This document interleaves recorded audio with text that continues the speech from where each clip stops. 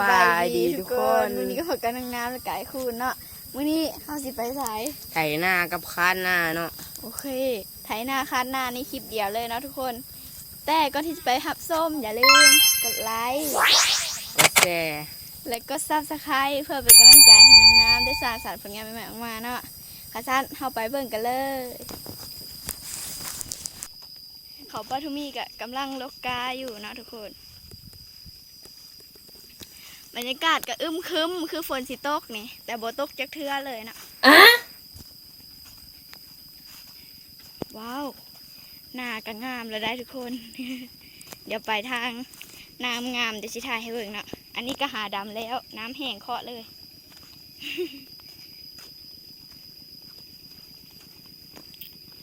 เดี๋ยวจะถ่ายให้เบิ่งเนาะกล้องก็อาจจะสั่นๆแน่เด้อทุกคนก็ขอโทษหลายๆเนาะนี่เป็นกอแล้วได้ทุกคนนี่เขาไอ้เมย์ก็กำลังดำหน้าอยู่เนาะนี่ค่ะเดี๋ยวบอลทีมงานจะไปคาดหน้าหรือว่าไทยหน้ากะเห็นบอลทุกคนลุงวีนะ นี่งามบอลทุกคนไปทุกคนเดี๋ยวเราไปกันเลยเนาะทุกคนคิดอุ้ยพาดังติอย่าพาดังท่อน กำลังถ่ายคลิปอยู่อย่าดังเด้อทุกคนคิดว่านุ่งน้ำจะคาดหน้าหรือว่าไถหน้าเป็นบ่ทุกคนถ้ายังบ่ทันหูเขาก็ไปเบิ่งน้ำกันเลยเนาะ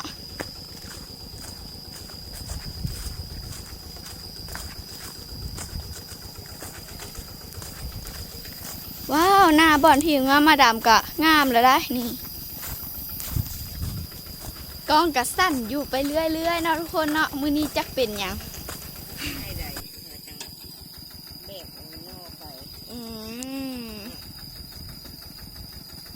อุ้ยตอนนี้ลุงวีคนหลอกกับกำลังมานะทุกคนเนาะ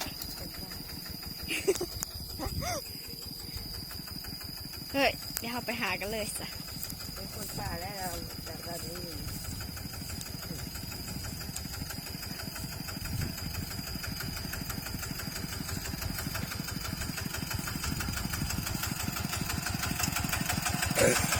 สบายดีกำลังเห็ดหยังอยู่ ยังกับภาพกับไทยเนาะ บักจานไทยเนาะ ไทยมันลงมากขึ้นก็กดที่นี้ที่บนนี้โอ้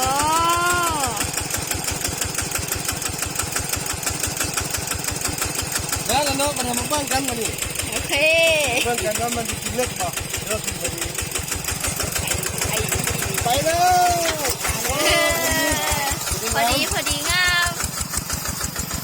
เฮ้ยคัก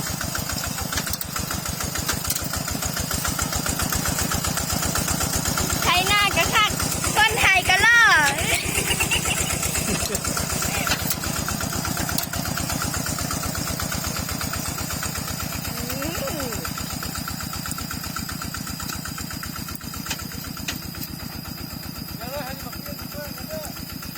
โอเค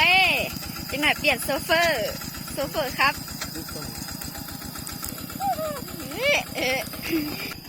โอ้ตอนนี้ลุงวีไทยก็เกือบสิแล้วนะงามกับมาบ่ทัน ทางหลังก็เป็นวิวแบบโอ้โหภูผาป่าดงเฮ้ยบ่มีป่าแล้วได้ทุกคนป่าน้อยนึงจนหลายมีแต่ภูอ้อมหอบตูไปเบิ่เลย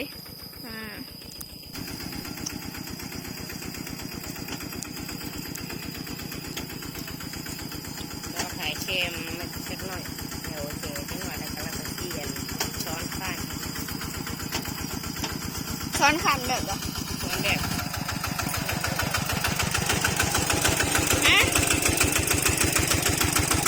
นะครับเป็นตัวโซเฟอร์กันเนาะแทนโซเฟอร์ของแท้ครับมันเนี่ยโซเฟอร์ของแท้ โซเฟอร์ของปลอมมันไม่ได้โซเฟอร์ของแท้เฮ็ดมันเนี่ยนี่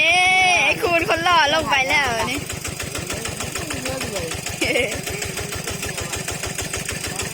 เดี๋ยวเขามาเบิ่งไอ้คูณครับนะ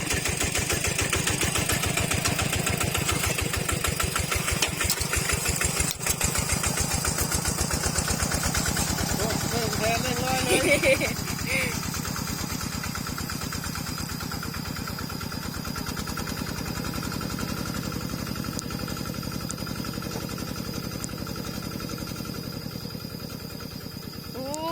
นนี้ไอ้คูณก็ขับไปแล้วเนาะโอ้โห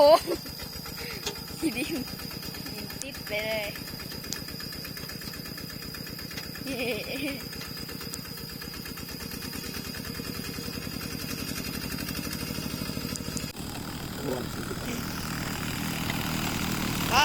้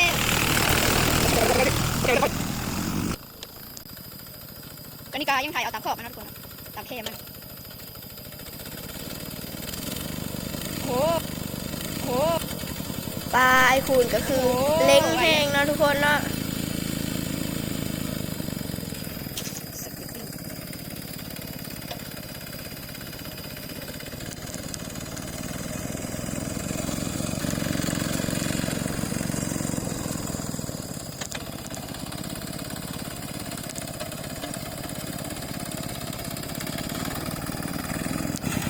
นี่ก็แม่นโงนไถเนาะทุกคนเนาะไปแล้วเขาคานแล้วมันก็จะบ่ได้เป็นโงนแบบนี้เลยเนาะ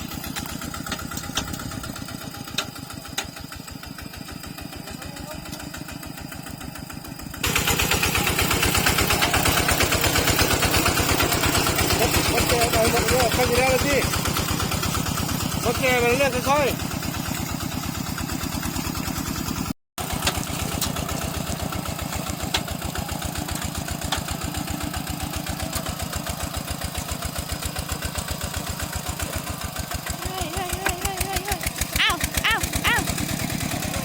ไอคูนคือสิหมดหน้าไถก็เลยมาถ่ายข้างหน้าแทน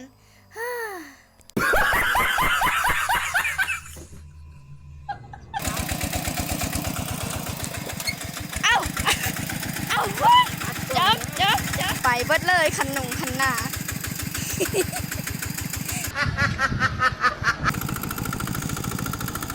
ตอนนี้หน้ากระถ่ายแล้วเนาะไอ้คุณก็เลยสิมาเปลี่ยนจากจานไทยเป็นจานคาร์ดเนาะเดี๋ยวเรามาเบิ่งกันเลยว่าสิเปลี่ยนเนี่ยได้กำลังเปลี่ยนจานไถมันเป็นคาด เปลี่ยนจานไทยเป็นคาร์ดเนาะ มันเป็นคาดหนาแล้ว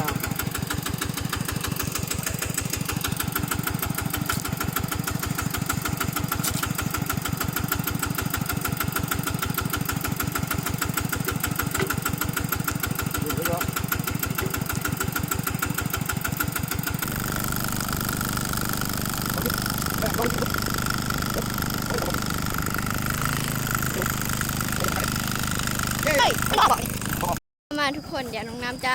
ไปคาดหน้ากันเนาะเดี๋ยวลุงเมย์สบายดี น้ำมันนะ โดยสบายดีคือกัน แล้วจังได้นี่มาถ่ายคลิปป่ะ โอ้มาคาดหน้าแล้วเนาะ คาดนะเตรียมพร้อมแล้วป่ะ เตรียมพร้อมแล้ว จังเลยเนาะ เออ เดี๋ยวสิให้นะน้องน้ำบรรณาทำไทยเนาะผมเพิ่งกันว่าเซฟเฟอร์เด็กยิงเขามันสีเฮ็ดได้100%บ่เกี่ยวะ โอเค บัดนี้เนาะเซฟเฟอร์เด็กยิงน้องน้ำบรรณาเขาจะขับรถไถนาแล้วบัดนี้เอาลงให้น้องเลยพร้อมหรือยังน้องน้ำพร้อมหรือยังพร้อมแล้ววะพร้อมแล้วโอเคแล้ว let's go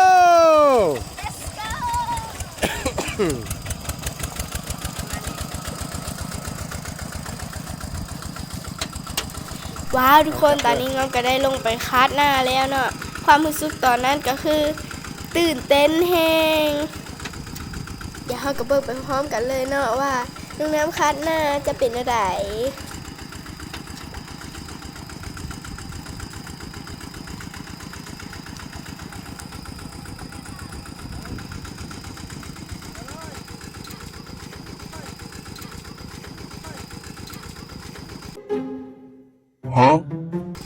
โอ้โหกะหาลงคาดเนาะทุกคนกะลงลืมแหละแต่ว่าจะบ่มีรอบหน้าอีกเนาะเสียงของน้ำกัดจะแหบๆแน่เนาะก็ต้องขอโทษขออภัยหลายๆเด้อเพราะว่าน้ำเป็นวัดทุกคนหลังจากที่ ไปคาดหน้ามามื้อนั้นกะเป็นวัดเลยเนาะ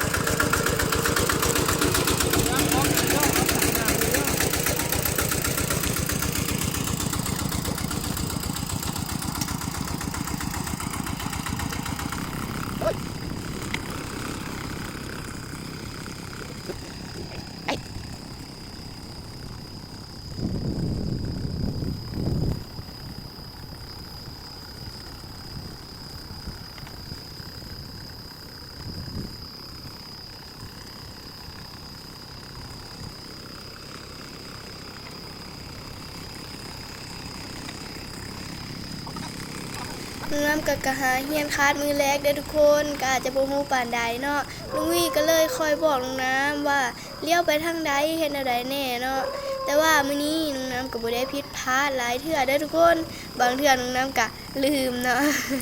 คือก่อนหน้านี้เนาะสิเลี้ยวซ้ายเพิ่นไปขวาโอ้ยทุกคนเอ้ย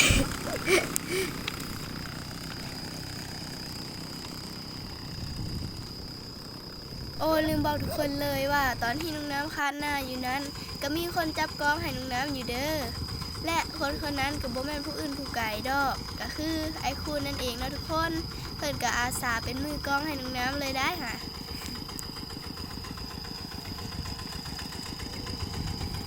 คาดหน้านี่ก็ตอนที่น้องน้ำเห็นลุงวีเฮ็ดก็คิดว่าสิยากได้ทุกคนแต่ว่าพอน้องน้ำมาลองเฮ็ดเบิ่งแล้วก็บ่ได้ยากเลยเนาะก็สัมย่างไปตามรถไถแล้วก็จับรถไถไว้ซื่อๆเนาะก็บ่ได้ยากได้ทุกคนถ้าไถยังบ่ทันได้ลองขับกะไปขับเบิ่งได้ทุกคนเด้อ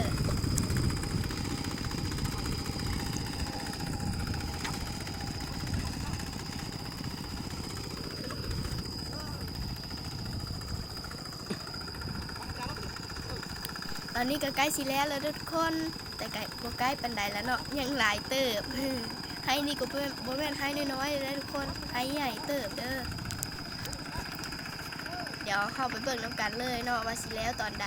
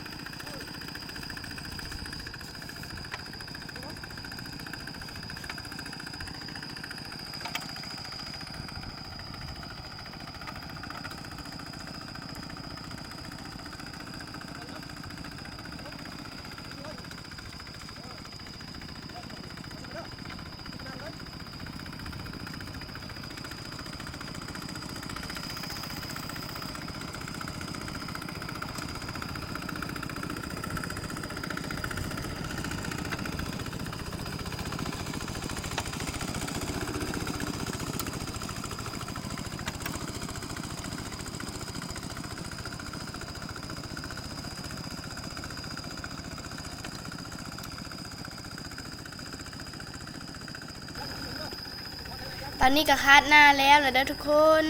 เดี๋ยวเอารถไถย้ายไปให้อื่นก่อน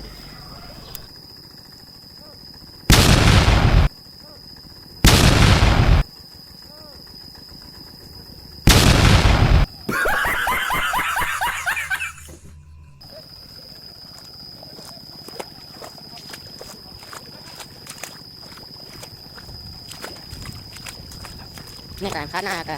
เห็นว่าแล้วเนาะน้ำมาคัดสวยเนาะ และนี่ก็แม่บรรยากาศทั้งหมดในคลิปนี้เนาะทุกคนถ้าใครมาคลิปนี้อย่าลืมกดไลค์กดแชร์และกดซับสไครต์เพื่อเป็นกำลังใจให้น้องน้ำได้สร้างสรรค์ผลงานใหม่ๆออกมาเนาะสำหรับคลิปนี้เงาขอตัวลาไปก่อนบ๊ายบายแล้วพบกันใหม่คลิปหน้าเด้อ